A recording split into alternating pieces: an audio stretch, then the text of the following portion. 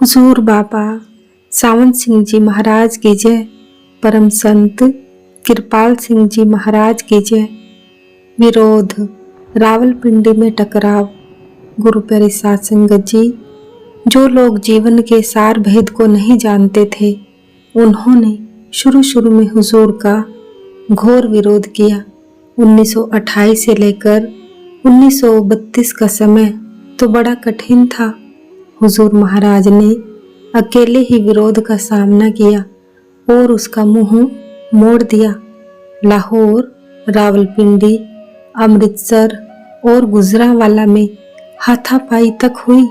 रावलपिंडी में अकाली भाई टोली बनाकर सत्संग में आ गए। उनमें कई किरपाने लिए हुए थे।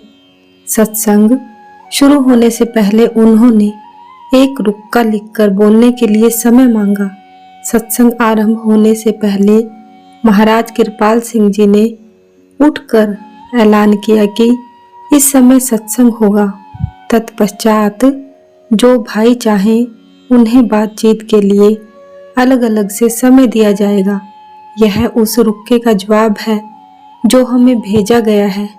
हुजूर महाराज ने सत्संग शुरू किया, जिसमें कबीर साहब की वाणी में से एक तुक पड़ी। जो लोग दंगा करने आए थे, उन्होंने शोर मचा दिया कि गुरवाणी से बाहर की वाणी क्यों ली गई है। हुजूर ने फरमाया कि रागी गुरवाणी का गायन करते हुए बीच में अपनी कविताएं सुनाते रहते हैं। मैंने तो एक पूर्ण पुरुष की वाणी पेश की है, वहां कौन सुनने वाला था। भगदड़ मच गई। लोग आपस में गुत्थम गुत्था होने लगे। हुजूर चुपचाप बैठे देख रहे थे। उधर यह स्थिति हो गई कि गड़बड़ डालने वाले आपस में झूंझ पड़े। महाराज कृपाल सिंह जी ने एक जिम्मेदार नेता की बाह पकड़कर कहा, यह क्या हो रहा है। वे कहने लगे, ये लोग मेरे काबू में नहीं हैं। इस पर आपने कहा, जो आग बुझा ना सको वह लगाया भी ना करो। उस समय सत्संग घर में महाराज कृपाल सिंह जी, उनके भाई सरदार प्रेम सिंह, सरदार जोध सिंह, सरदार बेंत सिंह, डॉक्टर जॉनसन हुजूर महाराज के पीछे 3 दरवाजों पर पहरा दे रहे थे। बाकी लोग हुजूर के इर्द गिर्द घेरा डाल खड़े थे। बाहर खड़े लोगों ने दरवाजा तोड़ डाला और अंदर घुस आए। लखमेर सिंह दरवाजे से पीठ लगाए बैठा था। धक्कों से उसकी पीठ छिल गई, पर वह अपनी जगह से हिला नहीं। महाराज कृपाल सिंह जी के पीछे एक अकाली अंगरक्षक बनकर खड़ा था। इतने में एक व्यक्ति उन पर आक्रमण करने लगा। तभी अमोलक मस्ताना गैलरी से उस पर कूद पड़ा। जो दंगई किरपाने निकाले बैठे थे, उनको हमला करने की हिम्मत ना पड़ी। एक सिख भाई दरबार साहब पर पांव रखकर हुजूर महाराज पर हमला करने को लपका। उसे यह कहकर परे धकेल दिया कि गुरु ग्रंथ साहब पर पांव रखते हो।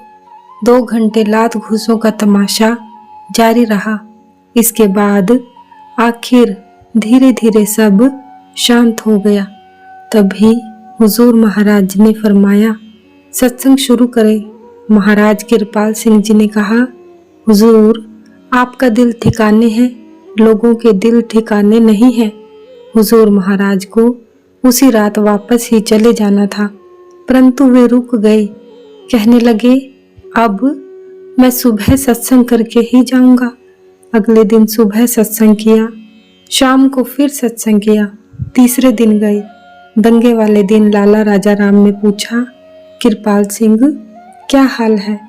आपने कहा कि हुजूर की दया से मन में इतनी स्थिरता और शांति रही है जो पहले कभी नहीं थी। लाहौर में कश्मकश। गुरु प्यारी साध संगत जी, लाहौर में बागबानपुरा में बाबा बग्गा सिंह जी का सत्संग अकाली भाइयों ने गड़बड़ डालकर बंद करवा दिया था। अगले दिन किले के पास पीली कोठी में हुजूर महाराज का सत्संग था। वहां भी वे लोग पहुंच गए थे कि सत्संग नहीं होने देंगे। कई दंगई एकत्रित श्रोताओं में बैठे थे। महाराज कृपाल सिंह जी ने उनके साथ अपने आदमी बिठा दिए ताकि यदि वे दंगा करने लगे तो उन्हें रोक दे। हुजूर आए, मंच पर आकर बैठ गए और बड़े रोब से कहा, कृपाल सिंह, तुम्हें किसने कहा था यहाँ सत्संग का इंतजाम करने के लिए? इन्होंने जवाब दिया, हुजूर के आगमन का समाचार पाकर लोग दर्शनों के लिए इकट्ठे हो गए थे। हुजूर ने फरमाया, खैर अब संगत आ गई है, मैं सत्संग करके ही जाऊंगा। अमृतसर से भी सत्संगी जन आ रहे हैं, उन्हीं का इंतजार है। हुजूर बड़े रोब से बात कर रहे थे, जिसे देखकर दंगा करने वालों का वो भी कान हो गए। हुजूर ने 2-2.5 घंटे सत्संग किया। दंगई टोली के आदमी सत्संग सभा के अलावा बाहर भी खड़े थे, परंतु वे गड़बड़ नहीं कर सके। सत्संग के दौरान एक व्यक्ति बाहर विज्ञापन बांट रहा था। किसी ने उसे रोका। वह व्यक्ति उसे कुल्हाड़ी मारने लगा। महाराज कृपाल सिंह जी ने छलांग मारकर उसकी कुल्हाड़ी पकड़ ली, नहीं तो वह कत्ल हो जाता। कुल्हाड़ी चलाने वाले को पुलिस के हवाले कर दिया गया और उनसे कह दिया गया कि इसको बाहर ले जाकर छोड़ दे। फिर से 10-15 आदमी किरपाने लेकर आ गए। उधर पुलिस को खबर दी जा चुकी थी। एक आदमी महाराज कृपाल सिंह जी की ओर इशारा कर अपने साथियों से बोला, इसे पकड़ लो। वे लोग आगे बढ़े तो महाराज कृपाल सिंह जी ने कहा, होश में आओ, आराम से बात करो। उनमें से कुछ समझदार लोग भी थे। उन्हें समझाया कि तुम जानते हो दूसरों के मकान पर हमला करना कितना बड़ा जुर्म है। तुम्हारे हाथों में हथियार भी है, तुम्हारा जुर्म सिद्ध हो जाएगा। तुम मेरे भाई हो। पुलिस वाले थोड़ी देर में आने वाले हैं, जल्दी से निकल जाओ, नहीं तो पकड़े जाओगे। दंगई वहां से खिसक गए। पुलिस आई। महाराज कृपाल सिंह जी ने कहा, कुछ लोगों को गलत फहमी हो गई थी, उन्हें समझा दिया गया है और अब वे चले गए हैं। उधर शाम को बावली साहब के गुरुद्वारे में फिर सिख भाइयों की सभा हुई।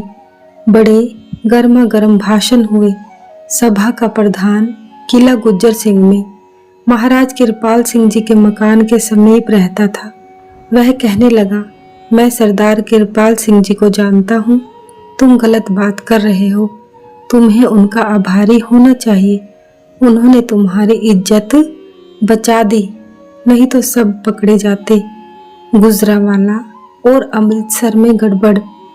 गुरु प्यारी साध संगत जी, गुजरावाला और अमृतसर में भी ऐसा ही विरोध हुआ था। अमृतसर में पुलिस को बीच बचाव करना पड़ा। यहाँ विस्तार में जाने की आवश्यकता नहीं। पेशावर, सैयद कसरा और अन्य स्थानों में सत्संगियों को पूर्णतः बहिष्कार कर दिया गया। यहाँ तक कि सिख मर्यादा अनुसार मृतकों का दाह संस्कार करना भी मुश्किल हो गया।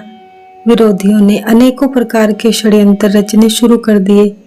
नेत्र सिंह नामी एक व्यक्ति ने हुजूर महाराज पर वचन भंग का दोष लगाया।